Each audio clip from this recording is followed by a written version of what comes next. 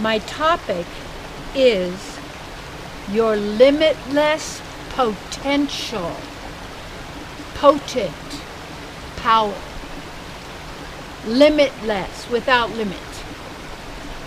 See, as divine beings, true beings, you might say God's not the big deal God, and not the God that says, oh, yeah, that's that false God. I'm going to have a bunch of slaves. I'm going to have all this stuff. I'm going to live luxurious. I'm going to have a gold-plated toilet.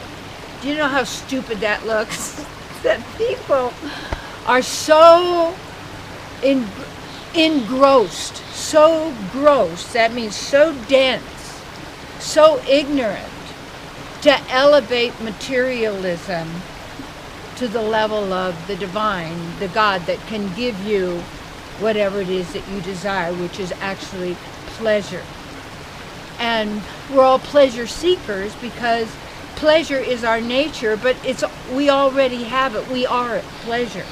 But we turn ourselves off or on. That means by what we believe, by what thoughts, words, sounds, numbers, letters, whatever we give power to, elitists, royalty, the president, the vice president in any group or corporation. Like, I know when I had my church in San Diego,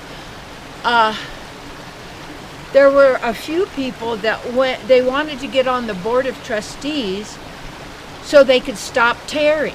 They could stop me. Really? What was I doing?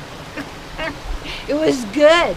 No, we got to stop Terry. See, it's that game. She had too much power. She's a woman or whatever it may be in their own little mind. And they had to try and limit me as if that was going to help them be more powerful. And they would come from the congregation, be really cool, and all of a sudden get this job as president or vice president of the board of trustees of this little church thing, and want to lord it over everybody. That is not what the divine does. It doesn't lord it over anybody. It works organically in that sense. It operates naturally, mystically, beyond reason, beyond logic. That all comes from our, what would you call, intellectualism. We think we know something. And we tell you all about this and all about that. And we explain it, and we talk about it, we debate it, we analyze it, we figure, nah. But what's it all about? What's it all about, Alfie? So what it is, it's all about you. And that's all you'll ever know, because it's you. But you're not your label. You're not the roles you're playing. But see, most of us, we're playing roles or parts in someone else's script that isn't ours, because you don't need a script. You don't need to play a role. You don't need to have some material identity. And then, what are you worth? It's all about, what are you worth? What is that? How much money do you have? Or how much power do you have? Or how many, gold toilets do you have in your house? Oh, really? And then attracting, I'll tell you, when I had my television ministry, and Gavin McLeod, he was a dear friend and lovely person. He was the captain of the Love Boat. And he had been invited with me to be in the Santa Claus parade or whatever I think that's what it's called, in Hollywood. I think it's on Thanksgiving or the day after or something like that. And to sit on the back of a convertible car and wave at people, the celebrity kind of a parade.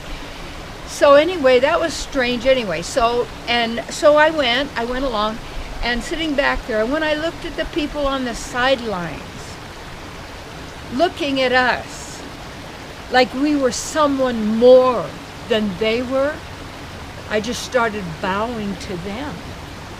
I never wanted to do that again.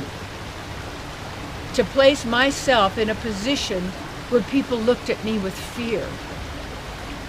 That people looked at me to worship me. To bow down to me, to curtsy to me. This shows how pathetic these individuals or whoever they are. And you know what it seems to me? There could be another species here. Another species that doesn't have a soul. Because they're a thought form species. They only operate on thoughts. And so therefore, and the thought then, the basic thought is the fear of not existing because they want to survive, because they're not eternal. Interesting. And they can hide in religions, they can hide all kinds of places. But you know, a tree is known by the fruit it bears. And what people say is nothing, in a sense. They're saying what they know people want to hear, and they're so good at NLP, and they're so good at knowing everything about you that you don't know yourself, and making you believe they're going to take care of you and save you, make it better for you, give you more freebies, keep you safe. It's all a lie. Always has been. You see. So, your limitless potential means you want to let go of everything and anything that is limiting your limitless potential. Yes. Where you've given yourself away. Where not your mind, not what you think you are. How dare you insult me? That's your false self. Your self doesn't need defense. It doesn't need protection. It doesn't need saving. Just look at the construct of the heaven-hell game. Duality. North Pole, South Pole. Interesting. Grid work. See, there are no poles. Center. Your unlimited potential, your limitless potential. Eliminate anything, thoughts, everything and anything that has been limiting and blocking your limitless potential of being, not as a materialist, not with a gold toilet.